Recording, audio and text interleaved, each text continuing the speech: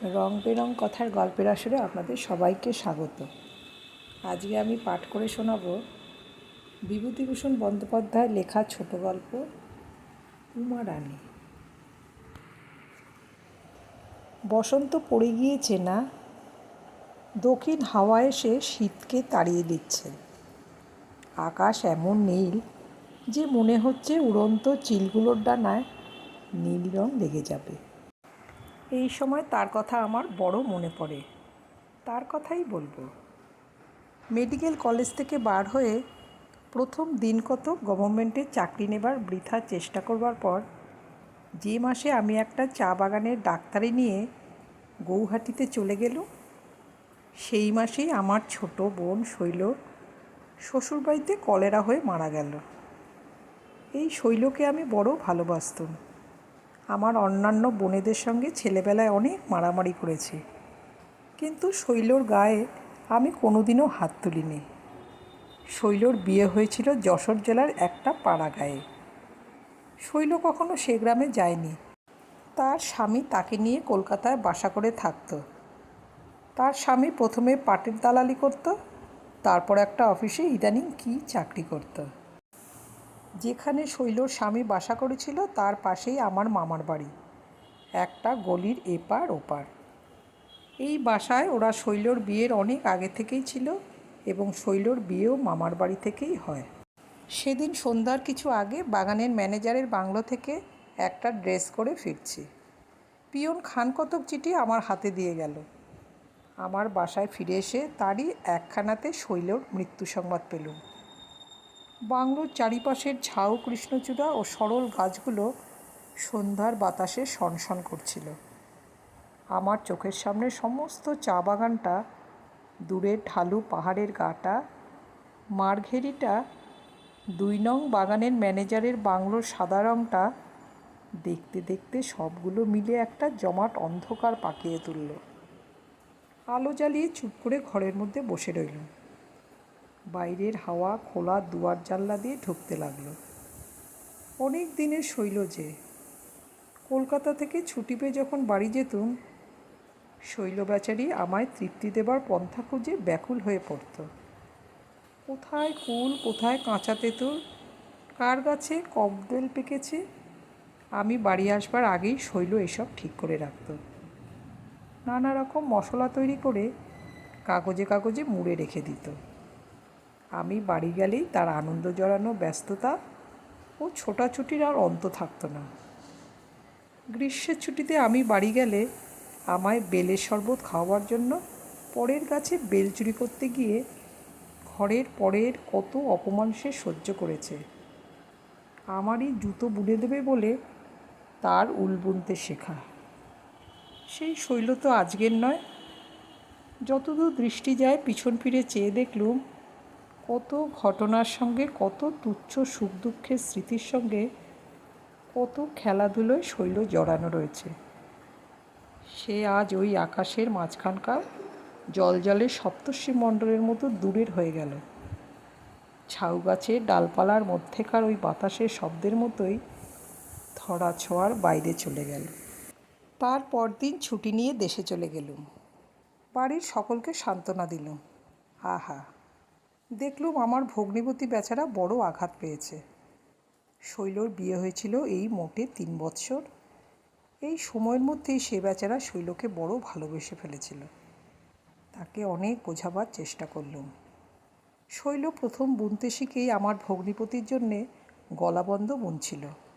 সেটা তৈরি অবস্থায় পড়ে আছে। ভগ্নিপতি সেইটি আমার কাছে দেখাতে নিয়ে এলো।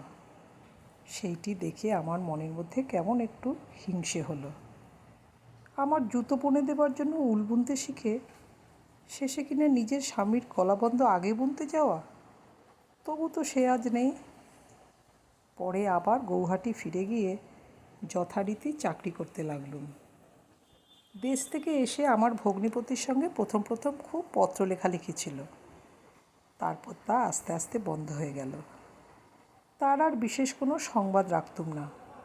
তবে মাঝে মাঝে মামার বাড়ির পত্রে জানতে পারতুম সে অনেকের অনুরোধ সত্ত্বেও পুনরায় বিবাহ করতে রাজি নয়। বিবাহ সে আর নাকি করবে না। এই রকম করে বিদেশে অনেক দিন কেটে গেল। দেশে যাবার বিশেষ কোনো টান না থাকাতে দেশে বড় যেতুম না।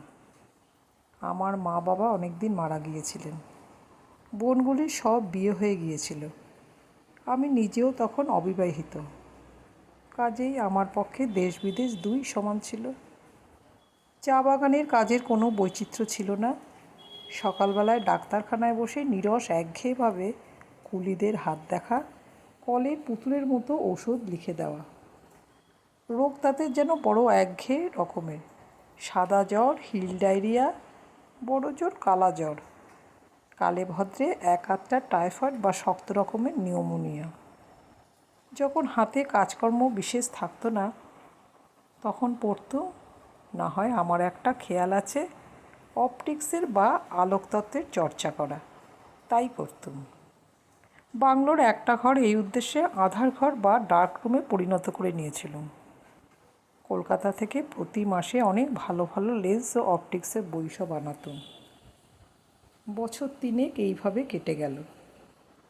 এই সময় মামার বাড়ির পত্রে জানলুম আমার ভগ্নিপতি আবার বিবাহ করেছে। সকলের স্বনির্বন্ধ অনুরোধ ও পীড়াপিড়ির হাত সে নাকি আর এড়াতে পারলে না। এতে মনে মনে আমি তাকে কোনো দোষ দিতে পারলুম না। শৈলর প্রতি তার ভালোবাসা অকৃত্রিমই। তারই বলে সে এতদিন জুঝল তো। সেবার বৈশাখ মাসে প্রথমে দেশে গিয়ে মামার বাড়ি উঠলুম। আমার এমন কতগুলো কথা অপটিক্স সম্বন্ধে মনে এসেছিল যা একজন বিশেষজ্ঞের নিকট বলা নিতান্ত আবশ্যক ছিল। আমার এক বন্ধু সেবার বিলেত থেকে এসে প্রেসিডেন্সি কলেজে বস্তুবিজ্ঞানের অধ্যাপক নিযুক্ত হয়েছিল। তার সঙ্গে সেসব বিষয়ে কথাবার্তা কইবার জন্যই আমার একরকম কলকাতায় আসা। তার ওখানে যাতায়াত আরম্ভ করলুম। সেও খুব উৎসাহ দিল। আমি অপটিক্স নিয়ে একেবারে মেতে উঠলুম। এই অবস্থায় একদিন সকালবেলা বারান্দায় বসে পড়ছি, হঠাৎ আমার চোখ পড়ে গেল সামনের বাড়ির জানালাটায়। সেইটি আমার ভগ্নিপতির বাসা।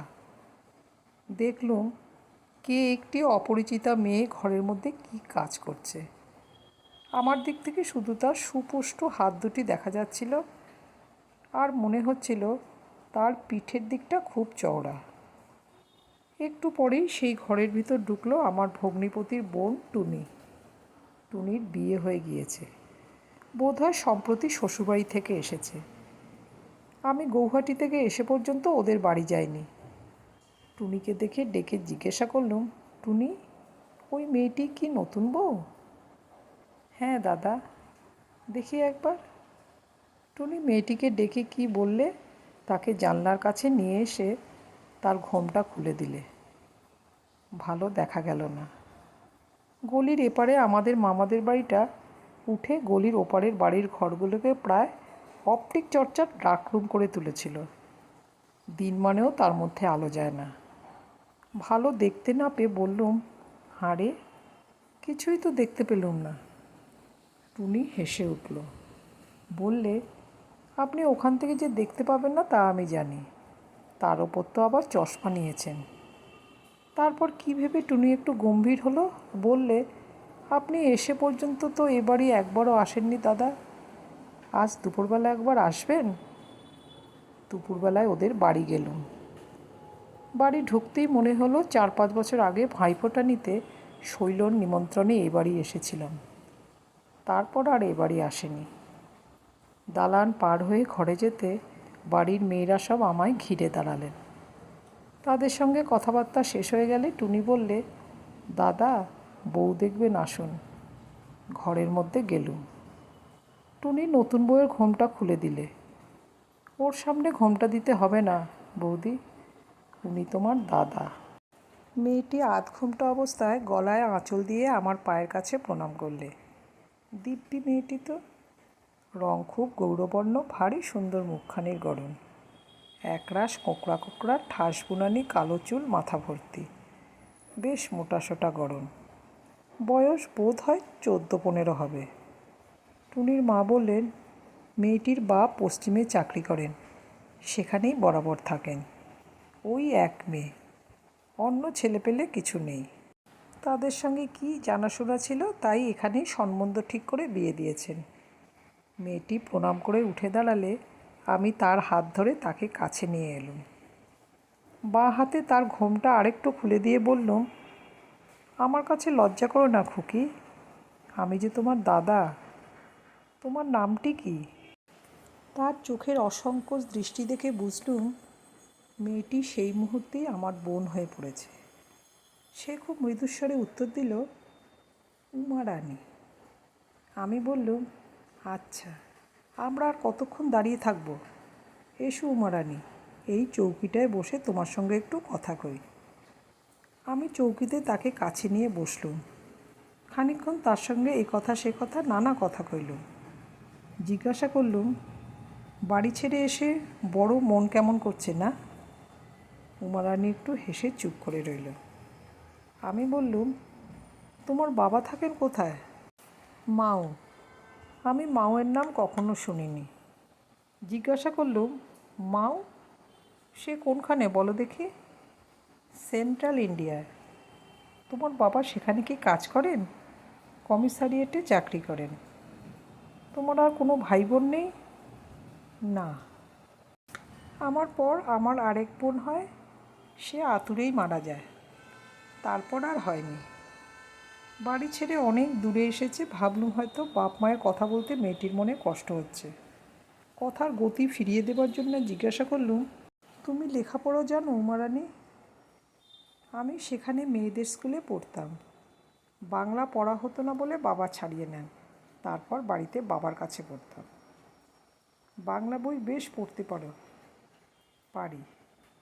আমি উমা রানীর কথাবার্তা করবার ভাবে ভারী আনন্দিত হলো। এমন সুন্দর শান্তভাবে সে কথাগুলি বলছিল মাটির দিকে চোখ দুটি রেখে, যে আমার বড় ভালো লাগলো। আমি তার মাথায় একটা আদরের ঝাঁকুনি দিয়ে বললুম, বেশ বেশ, ভারী লক্ষ্মী মেয়ে। আচ্ছা, অন্য আরেক সময় আসবো, এখন আসি। দাঁড়িয়ে উঠেছি, উমা রানী আবার সেই গলায় আঁচল দিয়ে আমার পায়ের কাছে প্রণাম করলে। আমি তাকে বললুম, খুব শান্ত হয়ে থেকো কিন্তু উমা রানী, কোনো দুষ্টুমি যেন করো না, তাহলে দাদার কাছে, বুঝলে তো? উমা রানী হেসে ঘাড় নিচু করে রইল। এর 5-6 মাস পরে পুজোর সময় আবার মামার বাড়ি এলুম। অষ্টমী পুজোর দিন দিনব্যাপী পরিশ্রমের পরে একটা বড় ক্লান্তি বোধ হওয়াতে সন্ধ্যার আগে একটা ঘরের খাটে শুয়ে ঘুমিয়ে পড়েছিলুম। আমার মামার বাড়ির পুজো হতো। সমস্ত দিন নিমন্ত্রিতদের অভ্যর্থনা করা, পরিবেশন করা প্রভৃতি নানা কাজে বড় খাটতে হয়েছিল। অনেক রাত্রে উঠে খেতে গেলুম। আমার ছোট ভাই খাবার সময় বললে, অনেকক্ষণ ঘুমিয়েছিলেন তো দাদা? দিদি এসেছিলেন আরতির সময়, আপনাকে দেখবার জন্য আপনার ঘরে গেলেন। আপনি ঘুমিয়ে আছেন দেখে আপনার পায়ে হাত দিলেন আপনাকে ওঠাবার জন্য। আপনি উঠলেন না। তারপর তারা সব চলে গেলেন। তিনি নাকি পরশু বাপের বাড়ি চলে যাবেন। আপনি অবশ্যই একবার ও বাড়ি যাবেন কাল। আপনার সঙ্গে দেখা না হওয়ায় দিদি বড় দুঃখ করে গিয়েছেন। আমি ঘুমের ঘোরে কথাটা তলিয়ে না বুঝে বললুম, দিদি মানে? ও বাড়ির উমা রানী? হ্যাঁ, দিদি, টুনিদি, এরা সব আরতির সময় এসেছিলেন কি না? উমা রানীর কথা আমার খুব মনে ছিল। তার সেই ভক্তিনম্র মধুর ব্যবহারটুকু আমার বড় ভালো লেগেছিল, তাই তাকে ভুলিনি। এবার চা বাগানে গিয়ে মেয়েটির কথা অনেকবার ভেবেছি। তার পরদিন সকালে উঠে কাজকর্মের পাশ কাটিয়ে এক ফাঁকে ওদের বাড়ি গেলুম। বাইরে কাউকে না দেখতে পেয়ে একেবারে ওদের রান্নাঘরের মধ্যে চলে গেলুম। টুনির মা বললেন, এসো বাবা, তা এতদিন এসেছো, এ বাড়ি কি একবারও আসতে নেই? আমি সময়োচিত কি একটা কৈফিয়ত দিলুম। উমা রানী মাছ কুটছিল। আমি যেতেই তাড়াতাড়ি রান্নাঘর থেকে বেরিয়ে বাইরে চলে গেল। একটু পরে হাত ধুয়ে এসে আমার পায়ের কাছে প্রণাম করলে। টুনির মা বললেন, বৌমা, সতীশকে দালানে নিয়ে গিয়ে বসাও গে। এখানে এই ধোয়ার মধ্যে। দালানে যেতেই টুনি কোথায় ছিল এসে বলে উঠল, এ কি দাদা যে? কি ভাগ্যে! বৌদি দাদা দাদা বলে মরে, ফিদিন আমায় জিজ্ঞাসা করে, দাদা পুজোর ছুটিতে বাড়ি আসবেন তো? দাদার দায় পড়ে গিয়েছে খোঁজ করতে। 4-5 দিন এসেছেন। এবারই চৌকাট মারালে চণ্ডী কি অশুদ্ধ হয়ে যেত শুনি? আমাকে একটু অপ্রতিভ হতে হলো। উমারানির কোকড়া চুলে ভরা মাথাটিতে হাত বুলিয়ে দিতে দিতে বললাম, হ্যাঁ রে রানী, দাদার কথা তাহলে ভুলিসনি? টুনির কথায় মেয়েটির খুব লজ্জা হয়েছিল। সে মুখ নিচু করে আমার কাপড়ের কোণ হাতে নিয়ে চুপ করে নাড়তে লাগলো। আমি দালানে একটা খাটের উপর বসেছিলাম। উমারানি নিচে আমার পায়ের কাছটিতে বসেছিল। আমি জিজ্ঞাসা করলুম, শচীন বলেছিল দিদি চলে যাবে সোমবারের দিন, সে কথা কি ঠিক? উমারানি নতমুখে উত্তর দিল, বাবা চিঠি দিয়েছিলেন একাদশীর দিন নিয়ে যাবেন, কিন্তু আজও তো এলেন না। ওর গলার সুরটা যেন একটু কেঁপে গেল। ওর বিরহী বালিকা হৃদয়টি মা বাপের জন্য ভূষিত হয়ে উঠেছে বুঝে সান্ত্বনার সুরে বোঝালুম, আসবেন, আজ তো মোটে নবমী। আচ্ছা, কলকাতা কেমন লাগলো রানী? উমারানি উত্তর দিল, বেশ ভালো। আমি তার নতমুখখানির দিকে চেয়ে বললুম, তা নয় রে রানী, ভালো কখনোই লাগেনি। দাদার খাতিরে ভালো বললে চলবে না। কোথায় পশ্চিমের অমন জল হাওয়া আর এই ধুলো ধোয়া, ভালো লাগতেই পারে না। উমারানি একটুখানি হেসে চুপ করে রইল। জিজ্ঞাসা করল, পশ্চিমে পুজো হয় রে রানী? সে বললে, ঠিক এদেশের মতো হয় না, হিন্দুস্তানিরা কি একটা করে, সেও অনেকটা এই রকমের। আর সেখানে এ সময় রামলীলার খুব ধুম হয়। আমি উঠে আসবার সময় উমারানি আবার একবার আমার কাছে নত হয়ে প্রণাম করল। আমি বললুম, রানী, আমি যতবার আসবো যাব ততবারই কি আমায় একটা করে প্রণাম করতে হবে? উমারানি বোধহয় এই প্রথমবার আমার দিকে চোখ তুলে তাকিয়ে বলল, কাল বিকেলে আসবেন দাদা। এর আগে উমারানি কখনো আমায় দাদা বলে ডাকেনি। আমি ওর দাদা ডাক শুনে বড় আনন্দ পেলুম। বললুম, কাল তো বিজয়া দশমী, আসবো বই কি। তারপর দিন বিজয়া দশমী। সন্ধ্যার পর ওদের বাড়ি গেলুম। সকলকে প্রণাম করলুম। টুনি এসে বললে, আপনি দালানের পাশের ঘরে যান, ওখানে বৌদি আছেন। আমি সে ঘরের দোর পর্যন্ত গিয়ে ঘরের মধ্যে ঢুকে সুন্দর দৃশ্য দেখলুম। তাতে ঘরের মধ্যে যাওয়া বন্ধ করে আমায় দোরের কাছে দাঁড়িয়ে থাকতে হলো। দেখি ঘরের মধ্যে খাটের উপর বসে আমার ছোট ভাই শচীশ, তার বয়স 12-13। তার পাশে উমারানি দাঁড়িয়ে খাটের পাশে একটা টেবিলের ওপরকার একখানা রেকাবি থেকে খাবার নিয়ে শচীশের মুখে তুলে দিয়ে তাকে খাওয়াচ্ছে। ওদের দুজনকারই পেছন আমার দিকে। এমন কোমল স্নেহের সঙ্গে উমারানি শচীশের কাঁধের উপর তার বাঁ হাতটি দিয়ে স্নেহময়ী বড়দিদির মতো আপন হাতে তার মুখে খাবার তুলে দিচ্ছে যে আমার মনে হলো আজ শৈল বেঁচে থাকলে সে এর বেশি করতে পারত না। উমারানির প্রতি এতদিনে অনুভূতিটা একটা স্নেহরসে আমার মন সিক্ত হয়ে উঠল। আমি খানিকক্ষণ দোরের কাছে চুপ করে দাঁড়িয়ে থেকে ঘরের ভিতর ঢুকে পড়ে উমারানিকে বললুম, লুকিয়ে লুকিয়ে ছোটো ভাইকে খাওয়ালে শুধু হবে না, দাদাকে কি খেতে দিবি রে রানী? বেচারি উমারানির মুখ লাল হয়ে উঠল লজ্জায়। সে এমন থতমতো খেয়ে গেল হঠাৎ যে খামোকা যে এত প্রণাম করে, আজ বিজয়ের প্রণাম করতে সে ভুলে গেল। একটা কী কথা অস্পষ্টভাবে বারদুই বলে সে মাথা নিচু করে রইল। আমি তার দিকে চেয়ে চুপ করে দাঁড়িয়ে রইলুম। আজ যে তাকে ধরে ফেলেছি, তার ভাই বোন বিহীন নির্জন প্রাণীটি কিসের জন্য তৃষিত হয়ে আছে তা যে আজ বার করে ফেলেছি। আজ অনুভব করছিলাম জগতের মধ্যে ভাই বোনের একটু স্নেহ পাবার জন্য ব্যাকুল এমন অনেক হৃদয়কে আমি আজ আমার বড় ভাইয়ের উদার স্নেহ ছায়াতলে আশ্রয় দিয়েছি। একটু বুক জড়ানো তৃপ্তিতে আমার মন ভরে উঠল। সেই সময় টুনি সে ঘরে ঢুকে আমার সামনের টেবিলে থালা ভরা মিষ্টান্ন রেখে বললে, দাদা, একটু মিষ্টি মুখ করুন। আমি টুনিকে বললুম, আয় টুনি, সকলে মিলে। উমারানিকে খাটের উপর বসালুম। খাবার সকলকেই দিলুম। উমারানি লজ্জায় একেবারে আড়ষ্ট। কপালে বিন্দু বিন্দু ঘাম জমে গেল তার লজ্জার চোটে। বেচারি লজ্জায় আর ঘামে হাঁপিয়ে মারা যায় দেখে তার ঘোমটা বেশ করে খুলে দিলুম। বললুম, আমি দাদা, আমার কাছে লজ্জা কি রে রানী? আমার লক্ষ্মীর ছোট্ট বোনটি জলযোগ পর্ব সমাধা করে বাইরের দালানে এসে টুনির মায়ের সঙ্গে গল্প করতে আরম্ভ করলুম। একটু পরে তিনি উঠে রান্নাঘরে চলে গেলেন। আরও খানিক পরে আমি উঠতে যাচ্ছি, উমা রানী কাছে এসে দাঁড়ালো। জিজ্ঞাসা করলুম, রানী, আজ ঠাকুর বিসর্জন দেখলি নে? ওপরের ঘরের জানলা থেকে দেখছিলুম, বেশ ভালো, অনেক রকমের প্রতিমা না? হ্যাঁ, কত সব বড় বড়। তারপর একটু চুপ করে থেকে আমার দিকে চেয়ে বললে, দাদা, কাল আসবেন না? আমি বললুম, সে কি বলতে পারি, সময় পাই তো আসবো, আবার শিগগির চলে যাব কি না, অনেক কাজ আছে। আপনি কি খুব শিগগির যাবেন দাদা? হ্যাঁ, বেশি দিন তো ছুটি নেই, পূর্ণিমার পরেই যেতে হবে। উমা রানী নতমুখে চুপ করে রইল। বললুম, তা তোকেও তো আর বেশি দিন থাকতে হবে না রে। উমা রানী বললে, বাবা বোধহয় কাল আসবেন। ওকে একটু সান্ত্বনা দেবার জন্য বললুম, তবে আর কি, এই 2 দিন কোনো রকমে কাটালেই তো। সে একটু চুপ করে থেকে তারপর যেন ভয়ে ভয়ে বললে, যাবার আগে একবারটি এবারই আসতে পারবেন না দাদা? বললুম, খুব খুব আসবো বই কি, নিশ্চয়। এর 6-7 দিন পরে গৌহাটি রওনা হলুম। এই কদিন নানা কাজে ব্যস্ত হয়ে চারিদিকে ঘুরতে হয়েছিল। শচীশের মুখে শুনেছিলুম উমা রানীর পশ্চিমে যাওয়া হয়নি, কী কারণে তার বাবা তাকে নিতে আসতে পারেননি।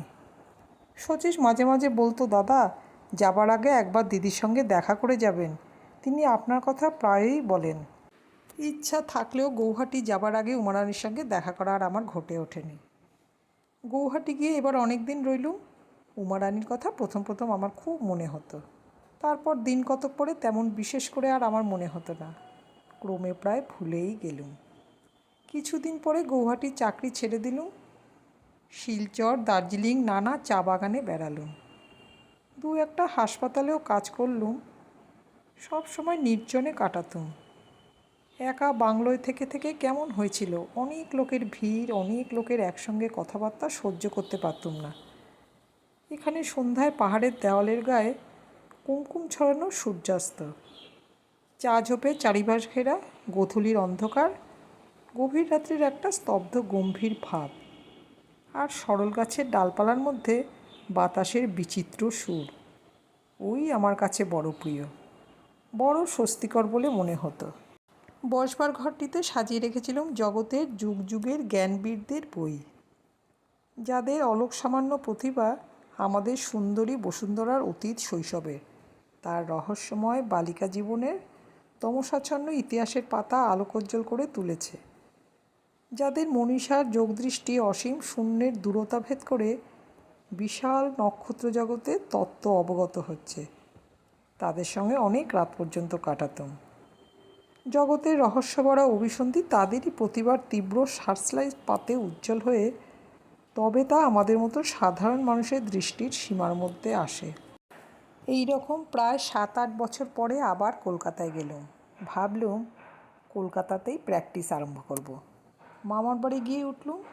শুনলুম সামনের বাড়িটায় আমার ভগ্নিপতিরা আর থাকে না, তারা বছর 5-6 হলো দেশে চলে গিয়েছে।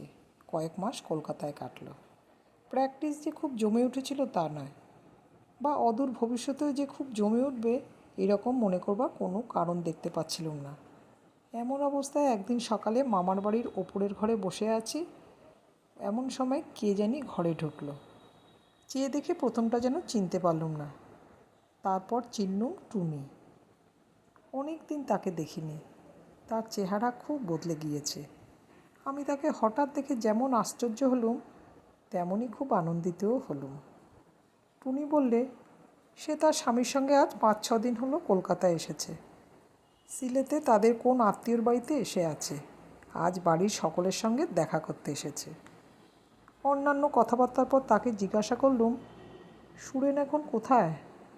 টুনি বললে, ছোটদা এখন আবাদে কোথায় চাকরি করেন, সেখানেই থাকেন। আমি জিজ্ঞাসা করলুম, উমা রানী কেমন আছে?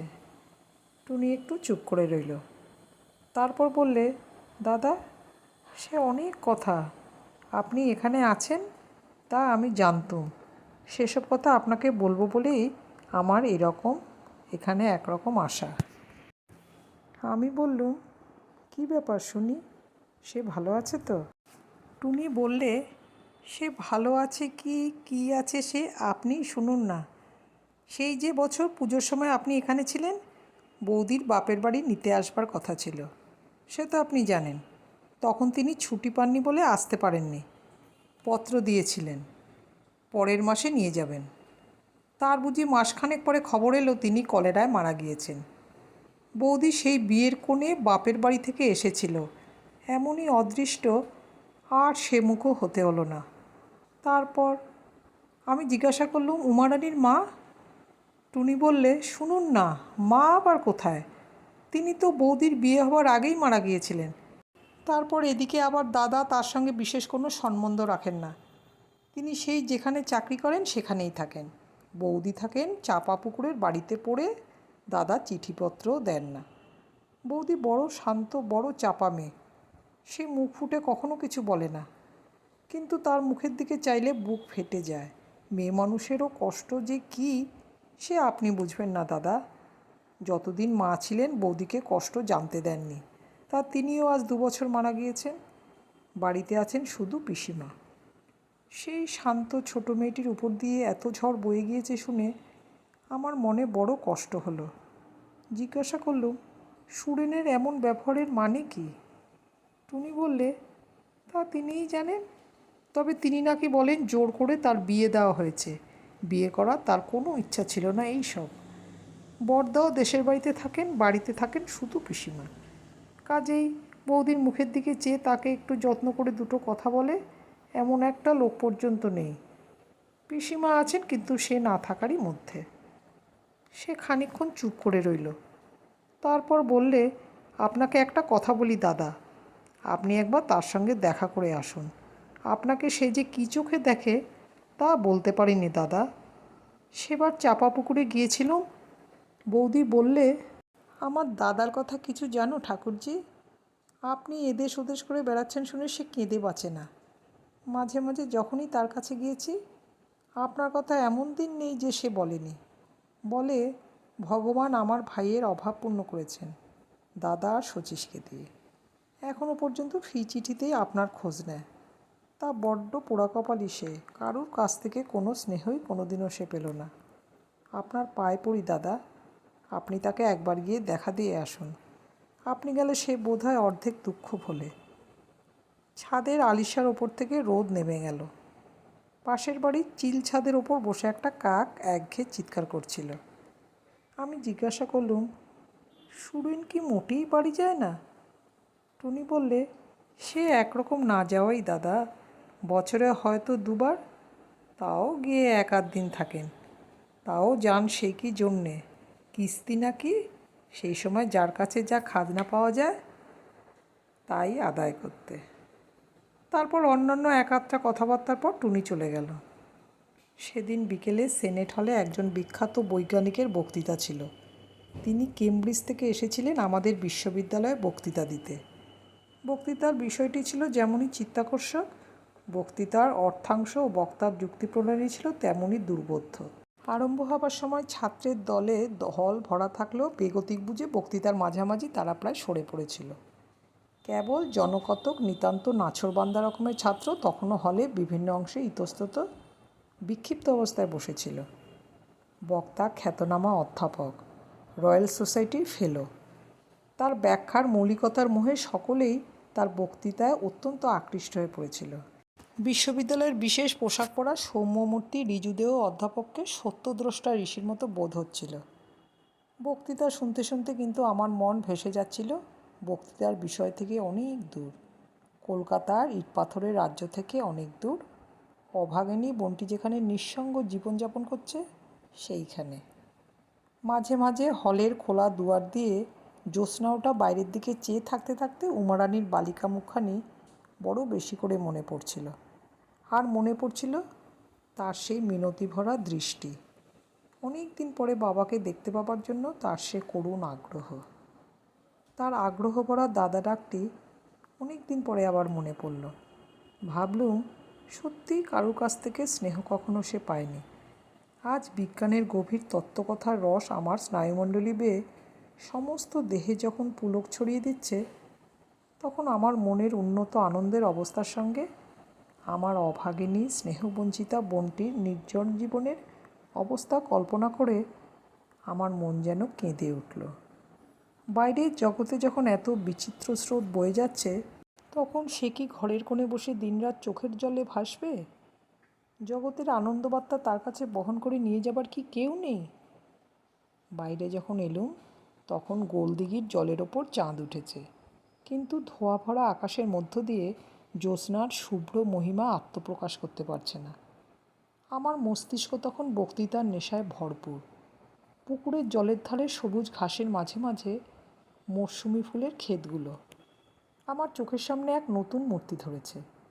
কিন্তু ত্রয়োদশীর অমন বৃষ্টি দেওয়া জুঁই ফুলের মতো জ্যোৎস্নাও জাল কাটিয়ে বাইরে আসতে না পেরে ব্যর্থতার দুঃখে কেমন বিবর্ণ হয়ে গেছে লক্ষ্য করে আমার একটা কথাই কেবল মনে হতে লাগলো, এই জ্যোৎস্না, এই ফুলের ক্ষেত, এই ত্রয়োদশী এবারকার মতো সব মিথ্যে, সব ব্যর্থ। ও জ্যোৎস্না প্রতীক্ষায় থাকুক সেই শুভ রাত্রির, যে রাতে আকাশ ভরা সার্থকতা ওকে বরণ করে নেবে ফোটা ফুলের ঘন সুগন্ধের মধ্য দিয়ে, তরুণ তরুণীদের অনুরাগ নম্র দৃষ্টি বিনিময়ের মধ্য দিয়ে, গভীর রাতে নীরবতার কাছে পাপিয়ার আকুল আত্মনিবেদনের মধ্য দিয়ে। বাড়ি এসে ভাবতে ভাবতে এতদিন নানা কাজের ভিড়ে আমার যে বোনটিকে আমি হারিয়ে বসেছিলুম, তারই কাছে স্নেহের বাণী বয়ে নিয়ে যেতে আমার প্রাণ ব্যাকুল হয়ে উঠল। এর কয়েকদিন পরে কলকাতা ছেড়ে বার হলুম উমারানির কাছে যাব বলে। শীত সেদিন নরম পড়ে এসেছে। ফুটপাত বেয়ে হাঁটতে হাঁটতে দক্ষিণ হাওয়া অতর্কিতভাবে গায়ের ওপর এসে পড়ে উৎপাত শুরু করে দিয়েছে। পরদিন বেলা প্রায় 2টোর সময় ওদের স্টিমার স্টেশনে নেমে শুনলুম ওদের গা সেখান থেকে প্রায় 4 ক্রোশ। হেঁটে যাওয়া ছাড়া নাকি কোনো উপায় নেই। কোনো রকম যানবাহনের সম্পূর্ণই অভাব। কখনো এদেশে আসিনি। জিজ্ঞাসা করতে করতে পথ চলতে লাগলুম। কাঁচা রাস্তার দুধারে মাঠ, মাঝে মাঝে লতাপাতায় তৈরি বড় বড় ঝোপ। কোনো কোনো ঝোপের তাজা সবুজ ঘন বুনানির মাথা আলো করে ফুটে আছে সাদা সাদা মেটে আলুর ফুল। মাঠে মাঠে মাটির ঢেলার আড়ালে ঝুপসি গাছে দ্রোণ ফুলের খই ফুটে আছে। মাঠ ছাড়ালে গ্রামের মধ্য দিয়ে যেতে মাটির পথের ওপর অভ্যর্থনা বিছিয়ে রেখেছে রাশি রাশি সজনে ফুল। গ্রামের হাওয়া আমের বোলের আর বাতাবি লেবুর ফুলের গন্ধে মাতাল। বুনোকুলে আর বৈচি গাছের বনে কোনো কোনো মাঠ ভরা। পড়ন্ত রোদে গাছপালার তলায় ঘন ঝোপের মধ্যে ফাঁকা জায়গায় ছোট ছোট পাখির দল কিচকিচ করছে। মাঝে মাঝে কোনো কোনো জঙ্গলের কাছ দিয়ে যেতে যেতে কোনো অজ্ঞাত বনফুলের এমনই সুগন্ধ বেরোচ্ছে যে তার কাছে খুব দামি এসেন্সের গন্ধ আহার মানে।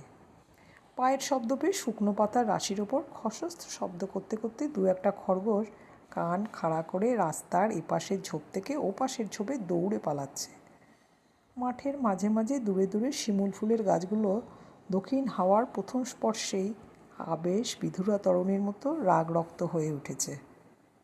অনেকগুলো গ্রাম ছাড়িয়ে যাওয়ার পর একজন দেখালে মাঠ ছাড়িয়ে এবারে পড়বে চাপা পুকুর। গ্রামের মধ্যে যখন ঢুকলুম তখন গ্রামের পথ অন্ধকার হয়ে গিয়েছিল। আশপাশের নানা বাড়ি থেকে পল্লী লক্ষ্মীদের সাঁঝের শাঁখের রব নিস্তব্ধ বাতাসে মিলিয়ে যাচ্ছিল। কোন ঘরটি আলো করে আছে আমার স্নেহের বোনটি? কোন গৃহস্থের আঙিনার আধার আজ দূর হয়ে উঠল তার সেবাচঞ্চল চরণের শান্ত মধুর ছন্দে? রাস্তার মধ্যে এক জায়গায় কতগুলো ছেলেকে দেখতে পেয়ে তাদের কাছে গিয়ে জিজ্ঞাসা করতে তাদের মধ্যে একজন বললে, আসুন, সে বাড়ি আপনাকে পৌঁছে দিচ্ছি। খানিক রাস্তায় এগিয়ে গিয়ে সে পাশের একটা সরু পথ বেয়ে চলল। তারপর একটা বড় পুরনো বাড়ির সামনে গিয়ে বললে, এই তাদের বাড়ি। আপনি একটু দাঁড়ান, আমি বাড়ির মধ্যে বলি। একটু পরে একজন বৃদ্ধাকে সঙ্গে নিয়ে সে বাড়ির মধ্যে থেকে বার হয়ে এলো। বৃদ্ধাকে বললে, ইনি কলকাতা থেকে আসছেন জ্যাঠাইমা। আপনাদের বাড়ি কোথায় জিজ্ঞাসা করাতে আমি ও পাড়া থেকে নিয়ে আসছি। বৃদ্ধা আমার দিকে একটু এগিয়ে এসে আমায় ভালো করে দেখে জিজ্ঞাসা করলেন, তোমায় তো চিনতে পারছি নে বাবা, কোন জায়গা থেকে তুমি আসছো? আমি আমার নাম বললুম। পরিচয় দিতেও উদ্যত হলুম। বৃদ্ধা বলে উঠলেন যে, আমায় আর পরিচয় দিতে হবে না, আমার আসা যাওয়া নেই বলে তিনি কখনো আমায় দেখেননি, তাই চিনতে পারছিলেন না। আমি বাইরে এসে দাঁড়িয়ে আছি, এতে তিনি খুব দুঃখিত হলেন। আমি কেন একেবারে বাড়ির মধ্যে গেলুম না? আমি তো ঘরের ছেলের পাড়া, আমার আবার বাইরে দাঁড়িয়ে ডাকাডাকি কি ইত্যাদি। তার সঙ্গে বাড়ির মধ্যে ঢুকলুম। কেবল মনে হতে লাগলো 8 বছর। আজ 8 বছর পরে কি জানি উমারানী কেমন আছে, সে কেমন দেখতে হয়েছে। আজ সম্পূর্ণ অপ্রত্যাশিতভাবে আমায় দেখে সে যে আনন্দ পাবে, সে আনন্দের পরিমাণ আমি একটু একটু বুঝছি। আমার বুকের তালে তার প্রতিধ্বনি গিয়ে বাজছে। আজ এখনই তার স্নেহমধুর ক্ষুদ্র হৃদয়টির সংস্পর্শে আসব, তার কালো চুলে ভরা মাথাটিতে হাত বুলিয়ে আদর করতে পারব, তার মিষ্টি দাদা ডাকটি শুনব। এ কথা ভেবে আনন্দে আমার মনের পাত্র ছাপিয়ে পড়ছিল। দেখলুম এদের অবস্থা একসময় ভালো ছিল, খুব বড় বাড়ি, এখন সব দিকেই ভাঙা ঘরদোর, দেওয়াল ফেটে বড় বড় অশ্বত্থ চারা উঠেছে। বাইরের উঠোন পার হয়ে ভেতর বাড়ির উঠানের দরজায় পা দিয়ে বৃদ্ধা বলে উঠলেন, ও বৌমা, বার হয়ে দেখো কে এসেছে। কে পিসিমা? বলে প্রদীপ হাতে সে ওদিকের একটা ঘর থেকে বার হয়ে এলো। অস্পষ্ট আলোয় দেখলুম তার মুখখানি আধঘোমটা দেওয়া, ঘোমটার পাশ দিয়ে চুলগুলো অসংযতভাবে কানের পাশ দিয়ে কাঁধের ওপর পড়েছে। পরনে আধময়লা শাড়ি, চেহারা রোগা রোগা একহারা। এই সেই উমারানী।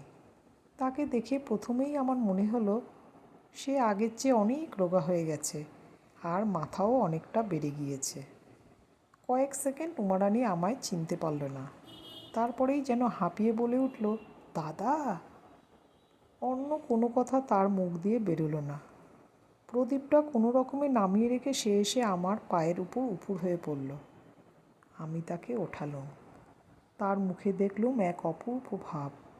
মনে হলো আনন্দ, বিস্ময়, আশা, অভিমান সব ভাবের রঙগুলো একসঙ্গে গুলে তার প্রতিমার মতো মুখে কে মাখিয়ে দিয়েছে। বৃদ্ধা বললেন, বাবা তুমিই আসো না, বৌমা দাদা বলতে অজ্ঞান। কত দুঃখ করে বলে, কলকাতায় থাকলে মাঝে মাঝে দাদার দেখা পেতাম, এ তেপান্তরের পুর, তিনি আসবেন কেমন করে। বৌমা, সতীশকে আগে হাত মুখ ধোবার জল টল দাও, বাছা একটু ঠান্ডা হোক, যে পথ। হাত মুখ ধোবার পর উমারানী একটা ঘরের মধ্যে আমায় নিয়ে গেল। আমি যে এখানে এই অবস্থায় হঠাৎ আসব, তা যেন সম্ভাবনার সীমার সম্পূর্ণ বাইরের জিনিস, অন্তত তার কাছে। তাই বেচারার মুখ দিয়ে কথা বার হচ্ছিল না। তার আবেগকে স্বাভাবিক গতি লাভের সুযোগ দেবার জন্য আমিও কোনো কথা বলছিলুম না। একটুখানি দুজনে চুপ করে থাকার পর উমারানী বললে, দাদা এতদিন পরে বুঝি মনে পড়ল। আমি আগেকার মতো তার মাথার দুপাশের চুলগুলোয় হাত বুলিয়ে দিতে দিতে বললুম, রানী, আসতে পারিনি হয়তো নানা কাজে, কিন্তু এ কথা মনে ভাবিস নে যে ভুলে গিয়েছিলাম। চেহারা যে একেবারেই শুকিয়ে গিয়েছে রে, বড্ড কি অসুখ বিসুখ হয়। 8 বছর আগেকার সেই ছোট্ট মেয়েটির মতো মুখ নিচু করে একটুখানি হেসে হেসে চুপ করে রইল। জিজ্ঞাসা করল, আচ্ছা রানী, আমি আসবো এ কথা ভেবেছিলি? তার 2 চোখ জলে ভরে এলো। বললে, কি করে ভাববো দাদা, আমি আপনাদের আবার দেখতে পাবো, আদর যত্ন করতে পারবো, এমন কপাল যে আমার হবে, তা কী করে ভাববো। এলোমেলো যেসব চুল তার ঘোমটার আশেপাশে পড়েছিল, সেগুলো সব ঠিকমতো সাজিয়ে দিতে দিতে বললুম, সেই জন্যই তো এলুম রে। আর তোদের দেখবার ইচ্ছে বুঝি আমার হয় না? ভাবিস বুঝি দাদাদের মন সব শান বাঁধানো। সে বললে, তাই আজ 2-3 দিন থেকে আমার বাঁ চোখের পাতা অনবরত নাচছে দাদা। আজ ওবেলা যখন ঘাটে যাই তখন বড্ড নেচেছে। পিসিমাকে বলতে পিসিমা বললেন, মেয়ে মানুষের বাঁ চোখ নাচলে ভালো হয়।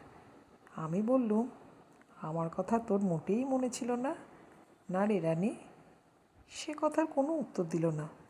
তার 2 চোখ দিয়ে জল গড়িয়ে পড়ল। জিজ্ঞাসা করলুম, হ্যাঁ রে, সুরেন বাড়ি থেকে গিয়েছে কতদিন? সে নতমুখে উত্তর দিল, প্রায় 8 মাস। বললুম, চিঠিপত্র দেয়? উত্তরে সে ঘাড় নেড়ে জানালো, হ্যাঁ। তার মুখের ভাবে বুঝলুম যে তার বড় ব্যথার স্থানে আমি ঘা দিয়েছি। দক্ষিণী বোনটির এলোমেলো চুলে ঘেরা মুখখানির দিকে তাকিয়ে স্নেহে আমার মন গলে গেল। রুমাল বের করে তার চোখের জল মুছিয়ে দিলাম। কত রাত তার এই রকম চোখের জল কেটেছে তার খোঁজ তো কেউ রাখেনি। তার সাক্ষী আছে কেবল আকাশের ওই গহন অন্ধকার আর চারিপাশের গাছপালার মধ্যেকার ওই ছিজি পোকার রব। উমারানী জিজ্ঞাসা করলে, দাদা, আপনি কোথায় থাকেন? আমি বললুম, আগে নানা জায়গায় ঘুরছিলুম, এখন ঠিক করেছি কলকাতাতেই থাকব। সে বললে, আপনি বিয়ে করেছেন দাদা? বললুম, না রে, বিয়ের তাড়াতাড়ি কি, সে একদিন করলেই হবে। ছোট্ট মেয়েটির মতন ঠোঁট দুটি অভিমানে ফুলে উঠল। বললে, তাই বই কি, আপনি বুঝি ভেবেছেন চিরকাল এইরকম ভেসে ভেসে বেড়াবেন? তা হবে না দাদা, এই বছরই আপনার বিয়ে দেব। আমার হাসি পেল। বললুম, দিবি তুই? সে বললে, দেবই তো, এই আষাঢ় মাসের মধ্যেই দেব। আমি বললুম, তা যেন হলো, কিন্তু আমার তো বাড়িঘর দোর নেই, বিয়ে করে রাখবো কোথায়? সে বললে, কেন দাদা? রাখবার জায়গার বুঝি ভাবনা, আমি বউকে এখানে রাখব, দুজনে মিলে বেশ ঘর সংসার করব। আমি একটু গম্ভীরভাবে বললুম, তাহলে পাঁজিখানা আবার যে ফেলে এলুম রানী, সামনের মাসে দিন ঠিন যদি থাকে। উমারানী বললে, পাঁজি তো ওপরের ঘরে রয়েছে দাদা, আপনি এখন খাওয়া দাওয়া করুন, কাল সকালে দেখলেই হবে। আশ্বস্ত হলুম।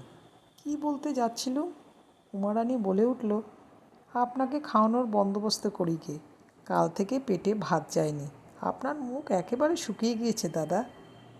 তার পরদিন ভোরে উঠে দেখি উমারানী সেই ভোরে নাইতে যাবার উদ্যোগ করছে। শীত সেদিন সকালে একটু বেশি পড়েছে। উমারানীর শরীরের দিকে চেয়ে দেখি তার শরীরে আর কিছু নেই। রাত্রে ভালো টের পাইনি। 8 বছর আগেকার সেই স্বাস্থ্যশ্রী সম্পন্না মেয়েটির সঙ্গে বর্তমানের এই নিতান্ত রোগা মেয়েটির তুলনা করে আমার বুকের মধ্যে কেমন করে উঠল। তাকে জিজ্ঞাসা করলুম, এত সকালে নাইতে যাবার কী দরকার রে রানী? সে বললে, একটু সকাল সকাল না নিয়ে এলে কখন রান্না চড়াবো দাদা? কাল রাত্রে তো আপনার খাওয়াই হয়নি একরকম।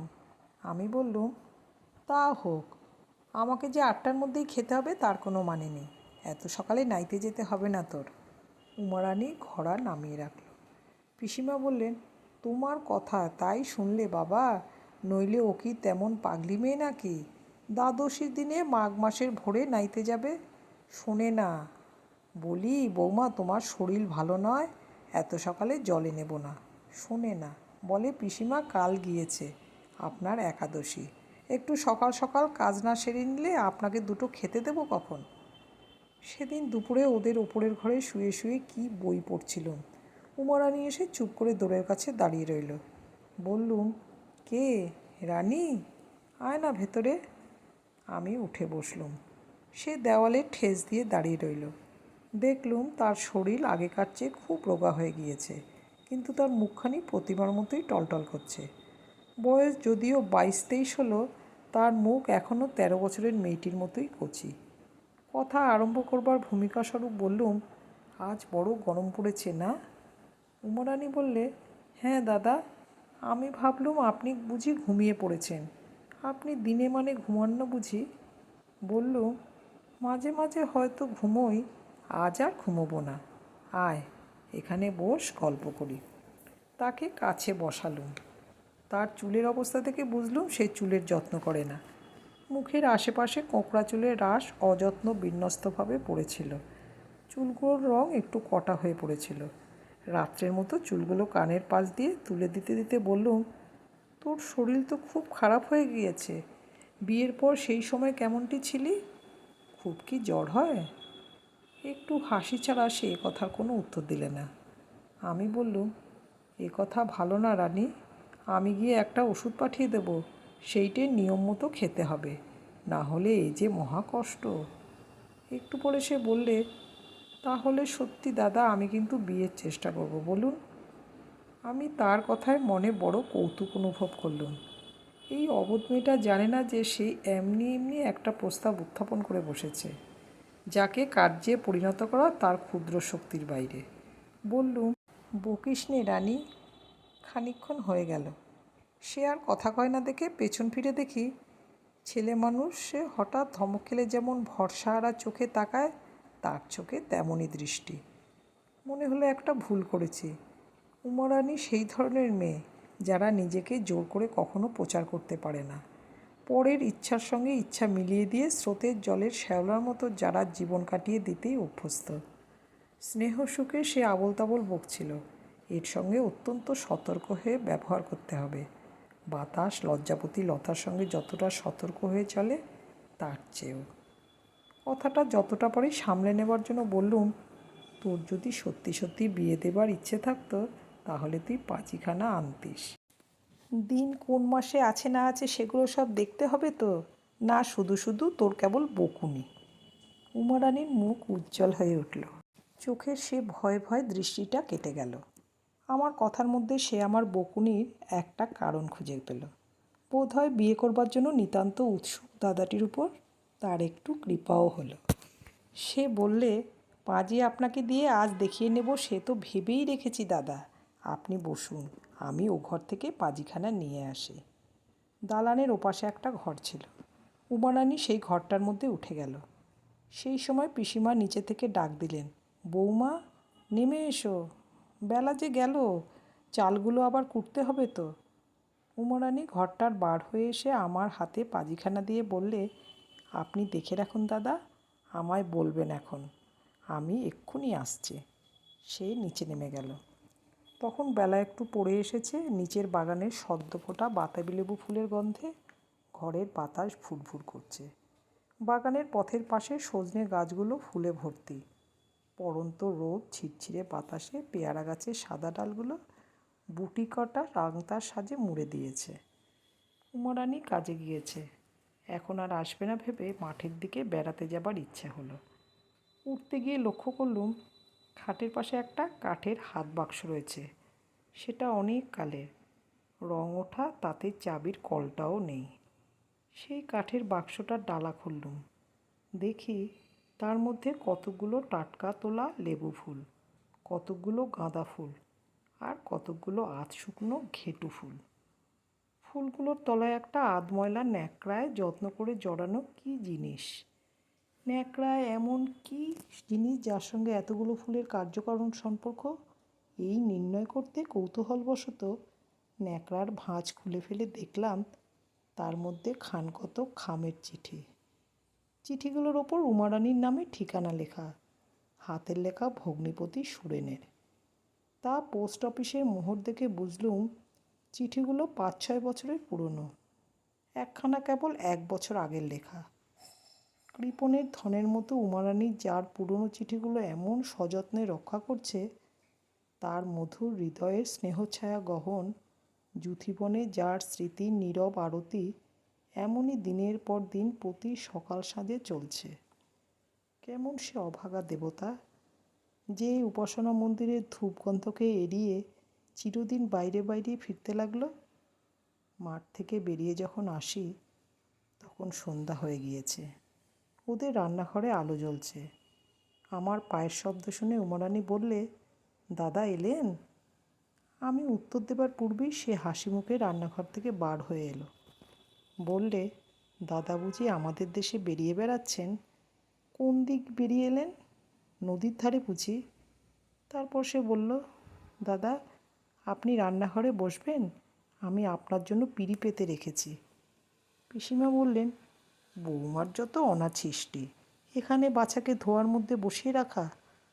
আমি বললুম, আমার কোনো কষ্ট হবে না, এখানেই বসি পিসিমা।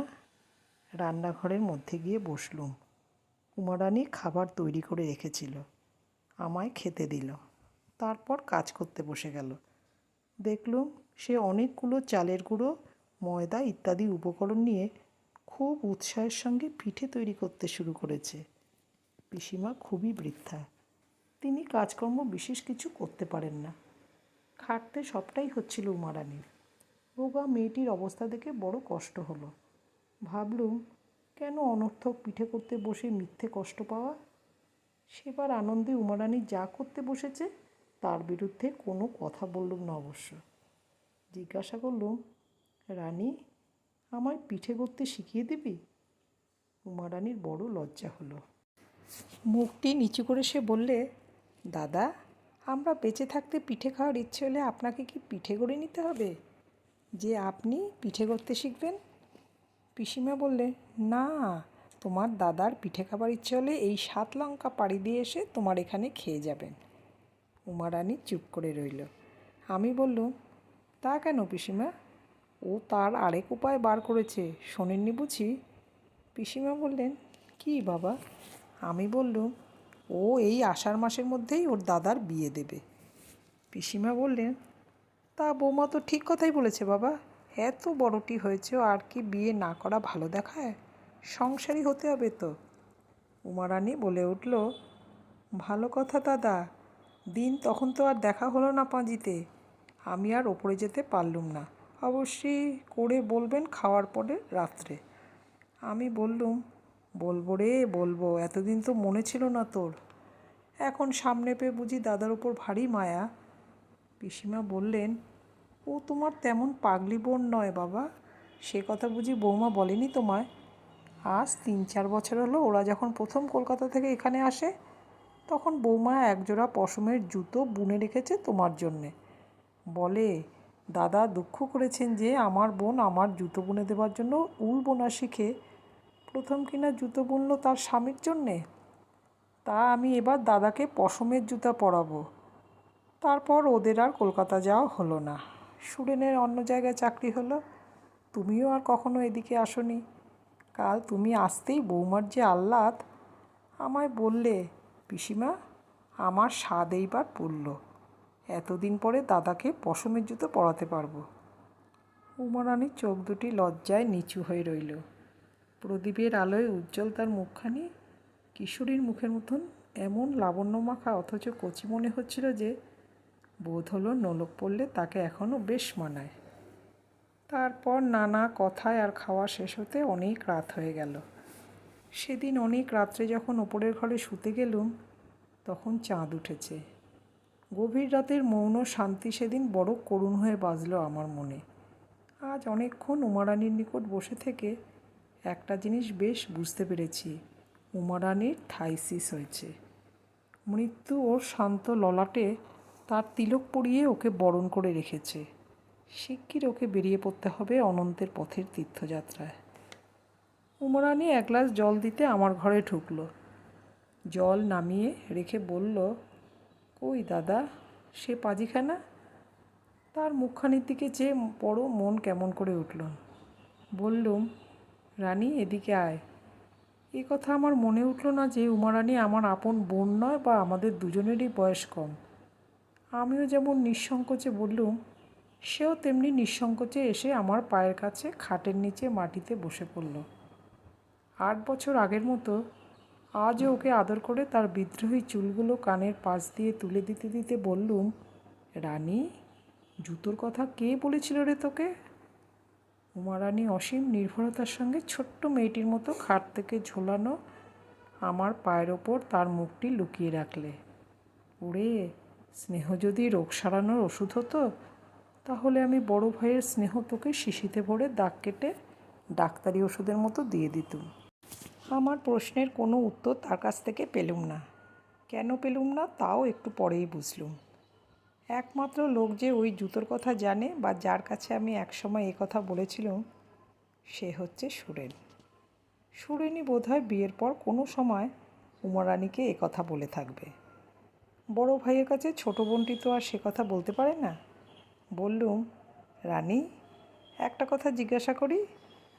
টুনি বলছিল, মানে সুরেন কি ঠিক চিঠিপত্র দেয়, বাড়ি ঠাড়ি আসে?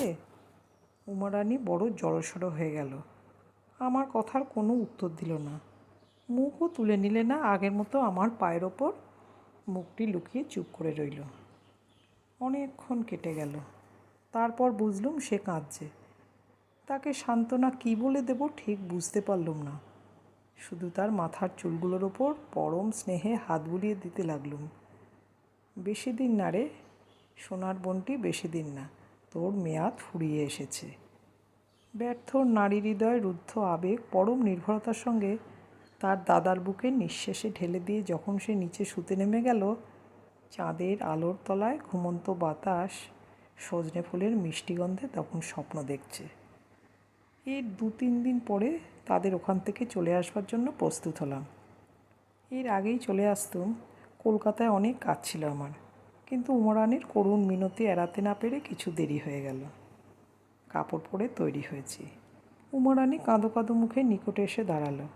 আমায় বললে, আবার কবে আসবেন দাদা? বললুম, আসবো রে, আবার পুজোর সময় আসবো। সে বললে, সে যে অনেক দিন। না দাদা, আপনি আষাঢ় মাসে রথের সময় আসবেন। আমাদের এখানে রথের বড় জাঁকজমক হয় দাদা, আর আমি কিন্তু আপনার বিয়ে দেবই এই বছরে। লক্ষ্মী দাদামণি, আপনার পায়ে পড়ি, আপনি অমত করবেন না। তারপর সে সেই পশমের জুতো জোড়া বের করে আমার সামনে মাটিতে রাখলে, বললে, আমি আন্দাজে বুনেছি, আপনি পায়ে দিয়ে দেখুন দেখি দাদা, হবেক্ষণ বোধ হয়। জুতো জোড়াটা পায়ে ঠিক হয়েছে দেখে উমারানি বড় খুশি হলো। তার সমস্ত মুখখানা সার্থকতার আনন্দে উজ্জ্বল হয়ে উঠল। তারপর সে আবার বললে, দাদা, আমি আপনার গরিব বোন, কখনো আসেন না এখানে, যদি বা এলেন, না পারলুম ভালো করে খাওয়াতে দাওয়াতে, না পারলুম আদর যত্ন করতে, এসে শুধু কষ্টই পেলেন। কি করব, আমার যেমন কপাল। অনেক দিন আগেকার মতো সেই রকম গলায় আঁচল দিয়ে সে আমায় প্রণাম করলে। তার চোখের জল আমার পায়ের ওপর টপ টপ করে ঝরে পড়তে লাগলো। আমি তাকে উঠিয়ে তার মাথায় হাত বুলিয়ে দিতে দিতে বললুম, রানী, তুই আমার মায়ের পেটের বোনই, এ কথা ভুলে যাস না কখনো যে তোর বড় ভাই এখনও বেঁচে আছে। যখন চলে আসি তখন সে তাদের বাইরের বাড়ির দৌড় ধরে দাঁড়িয়ে রইল। আস্তে আস্তে পেছন ফিরে দেখলুম সে কাতর চোখে একদৃষ্টে চেয়ে আছে। যখন পথের বাঁক ফিরেছি তখনও তাকে দেখা যাচ্ছিল। বেলা শেষের হলদে রোদ সুপারি গাছের শাড়ির ফাঁক দিয়ে তার রুক্ষ কোকড়া চুলে ঘেরা বিষণ্ণ মুখখানির ওপর গিয়ে পড়েছিল। বছরখানেক পরে আমি আবার চাকরি নিয়ে গেলুম ময়ূরভঞ্জ রাজস্টেটে। সেখানে থাকতে সুরেনের এক পত্রে জানলুম উমারানি মারা গিয়েছে। যাবেই তো জানতুম। সেবার যখন তার কাছ থেকে চলে আসি তখনই বুঝে এসেছিলুম এই তার সঙ্গে শেষ দেখা। সুরেনকে এসে পত্র লিখেছিলুম উমারানির অবস্থা সব খুলে, কোনো একটা ভালো জায়গায় তাকে কিছুদিন নিয়ে যেতে। সুরেন লিখেছিল, জমিদারের কাজ আদায়পত্র হাতে, পুজোর সময় বরং দেখবে, এখন যাবার কোনো উপায় নেই ইত্যাদি। উমারানি মারা গেল সেই ভাদ্র মাসে। তারপর আরও বছরখানেক কেটে গেল। সেবার কিছুদিন ছুটি নিয়ে কলকাতায় এসে দেখলুম ওদের সেই বাড়িতে ওরা আবার বাস করছে। আমি এসেছি শুনে টুনি দেখা করতে এলো। খানিক এ কথা সে কথার পর টুনি কাগজে মোড়া একটা কি আমার হাতে দিল। খুলে দেখি মেয়েদের মাথায় দেবার কতকগুলো রূপোর কাঁটা। টুনি বললে, বৌদি যে ভাদ্র মাসে মারা যায় আমি সেই শ্রাবণ মাসে চাঁপাপুকুর গিয়েছিলাম। বৌদি আপনার কত গল্প করলে, বললে মায়ের পেটের ভাই যে কী জিনিস ঠাকুরজি তা আমি দাদাকে দিয়ে বুঝেছি। আমার বড় ইচ্ছে আমি দাদার বিয়ে দিয়ে তাকে সংসারী করে দেব। দাদা আমার ভেসে ভেসে বেড়ান, কেউ একটু যত্ন করবার নেই, ওতে আমার বড় কষ্ট হয়। ওই রূপোর কাঁটাগুলো সে গড়িয়েছিল আপনার বিয়ে হলে আপনার বউকে দেবার জন্যে। সে আষাঢ় মাসে ওগুলো গড়িয়েছিল। আমি গেলে আমায় দেখিয়ে বললে, ইচ্ছে ছিল সোনার চিরুনি দিয়ে দাদার বউয়ের মুখ দেখব, কিন্তু এত পয়সা কোথায় পাবো? এই বছরই দাদার বিয়ে না দিলে নয়। বিয়ে হোক, তারপর চেষ্টা করে গড়িয়ে দেব। কাঁটা ওর বাক্সে তোলা ছিল। তারপর ভাদ্র মাসে বৌদি মারা গেল। আমি তার বাক্স থেকে কাঁটাগুলো বের করে এনেছিলাম আপনাকে দেব বলে। কোথায় পয়সা পাবে? সারা বছর জমিয়ে যা করেছিল তাতেই ওইগুলো গড়িয়েছিল। দাদা তো এক পয়সাও তার হাতে দিতেন না। সংসার খরচ বলে যা দিতেন তাতে সংসার চলাই ভার। তা তো আপনি একবার গিয়ে দেখেই এসেছিলেন। আমি জিজ্ঞাসা করলুম, তাহলে তার হাতে পয়সা জমল কোথা থেকে? টুনি বললে, বৌদি বাজারের খাবার বড় ভালোবাসত। ওরা পশ্চিমে থাকতো, সেখানে ওসব বোধহয় তেমন মেলে না। সেই জন্য ওই বাজারের কচুরি নিমকির উপর তার কেমন ছেলে মানুষের মতো একটা লোভ ছিল।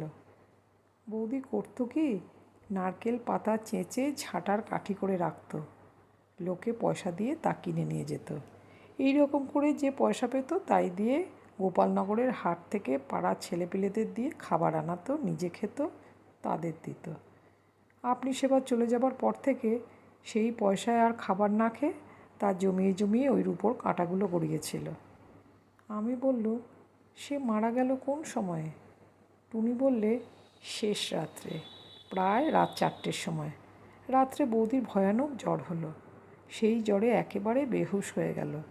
তারপর দিন বিকেলবেলা আমি ওর বিছানার পাশে বসে আছি, দেখি বৌদি বালিশের এপাশ ওপাশ হাতড়াচ্ছে, কী যেন খুঁজছে। আমি বললুম, বৌদি, লক্ষ্মীটি, ওরকম করছো কেন? তখন তার ভালো জ্ঞান নেই, যেন আচ্ছন্ন মতো। বললে, আমার চিঠিগুলো কোথায় গেল, আমার সেই চিঠিগুলো, বলে আবার বিছানা হাতড়াতে লাগলো। দাদা বিয়ের পর প্রথম প্রথম যেসব চিঠি তাকে লিখেছিলেন সেগুলো যত্ন করে ওর বাক্সে তুলে রেখেছিল। আমি তা জানতুম। আমি সেগুলো বাক্স থেকে বের করে নিয়ে এসে তার আঁচলে বেঁধে দিলুম। তখন থামে। তারপর সেই রাত্রেই সে মারা গেল। যখন তাকে বার করে নিয়ে গেল তখনও তার আঁচলে সেই চিঠিগুলো বাঁধা। আমি জিজ্ঞেস করলুম, সুরেন সে সময় ছিল না? টুনি বললে, ছোটদাকে টেলিগ্রাম করা হয়েছিল। তিনি যখন এসে পৌঁছলেন তখন বৌদিকে দাহ করা হয়ে গিয়েছে। অনেক বছর হয়ে গিয়েছে। এখনও শীতের অবসানে যখন আবার বাতাবি লেবুর ফুল ফোটে, সজনেতলায় ফুল কোড়োবার ধুম পড়ে যায়, পাড়াগাঁয়ের বনঝোপ ঘেটু ফুলে আলো করে রাখে, পুকুরের জলে কাঞ্চন ফুলের রাঙা ছায়া পড়ে, ফাগুন দুপুরের আবেশবিভোর রোদ আকাশে বাতাসে থরথর করে কাঁপতে থাকে, তখন আপন মনে ভাবতে ভাবতে কার কথা যেন মনে পড়ে যায়। মনে হয় কে যেন অনেক দূর থেকে এলোমেলো চুলে ঘেরা কাতর মুখে এক দৃষ্টে চেয়ে আছে। তখন মন বড় কেমন করে ওঠে। হঠাৎ যেন চোখে জল এসে পড়ে।